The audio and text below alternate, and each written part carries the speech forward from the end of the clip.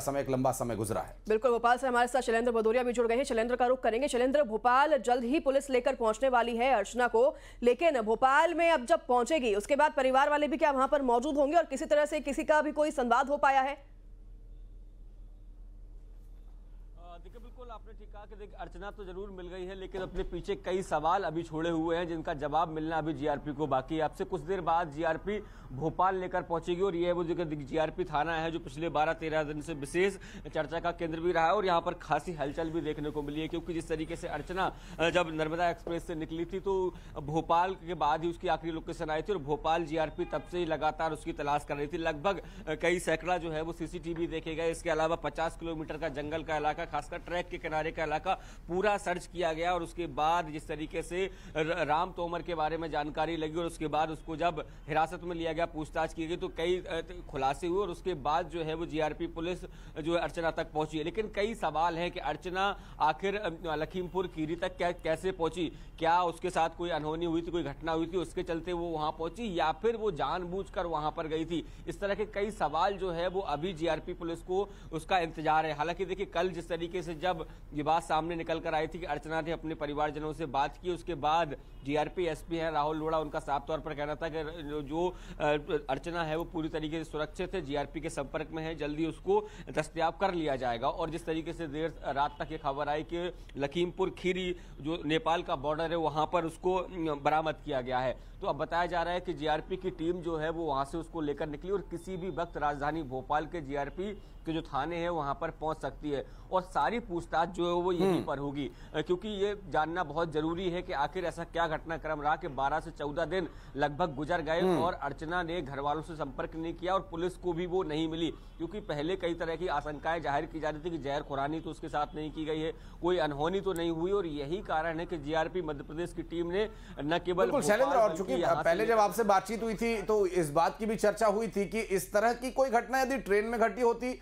जिसमें कि अर्चना की रजामंदी नहीं थी, अगर ऐसा कुछ अनहोनी हुई होती तो जाहिर सी बात है किसी न किसी तरीके से ये बात जीआरपी तक पहुंचती। लेकिन अर्चना का इस तरह से अचानक मिसिंग होना और फिर अब इतना चुनौतीपूर्ण हो गया था ढूंढना, क्योंकि कोई साक्ष्य नहीं मिल रहे थे, कोई लिंक नहीं मिल रहा था। लखीमपुर खीरी से बरामदगी हुई है, इसलिए चलेंगे हमारे सहयोगी मनोज शर्मा के पास जो इस वक्त लखीमपुर खीरी से हमारे साथ जुड़े हुए। मनोज, कब बरामदगी हुई, कब ये इंफॉर्मेशन मिली कि अर्चना मिल गई है? जीआरपी की टीम अभी इस वक्त कहां है? क्या वो लखीमपुर खीरी से रवाना हो गए? वहां पर क्या कुछ औपचारिकताएं की गई? फिर बिल्कुल, लखीमपुर खीरी का जो इंडो नेपाल बॉर्डर से जुड़ा हुआ इलाका है, जो धनखड़ी का शहर का इलाका है, वहां से अर्चना तिवारी को पुलिस ने,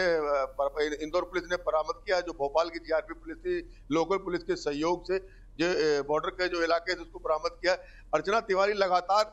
12 दिन से फरार चल रही थी, जो रक्षाबंधन से के लिए रक्षाबंधन पे इंदौर से कटनी के लिए नर्मदा एक्सप्रेस ट्रेन से चली थी, लेकिन 12 दिन से लगातार लापता चल रही थी। अर्चना एक मिस्ट्री बन गई थी, लगातार पुलिस उसको तलाश कर रही थी लेकिन तलाश नहीं मिल पाई थी। उसकी अंतिम लोकेशन दिल्ली में पाई गई थी, लेकिन उसके 12 घंटे बाद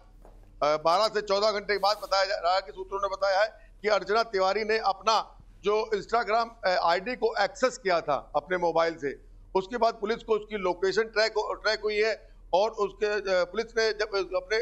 टीम को जब रवाना किया, जो गौरीपट्टा बॉर्डर का इलाका है वहां से अर्चना तिवारी को बरामद किया है। उसके बाद पुलिस जो भोपाल की जीआरपी पुलिस है वो उसको लेके लखीमपुर खीरी से लेके एक स्कॉर्पियो गाड़ी से कल रात को लगभग 7 बजे के आसपास यहाँ से रवाना हो गई थी और उसको भोपाल ले गई है। लेकिन जो 12 दिन की जो मिस्ट्री रही अर्चना बन गई थी, उसके जांच के पर्दे तभी खुलेंगे जब अर्चना से पूछताछ की जाएगी। अर्चना उनको बताएगी कि किस तरीके से वो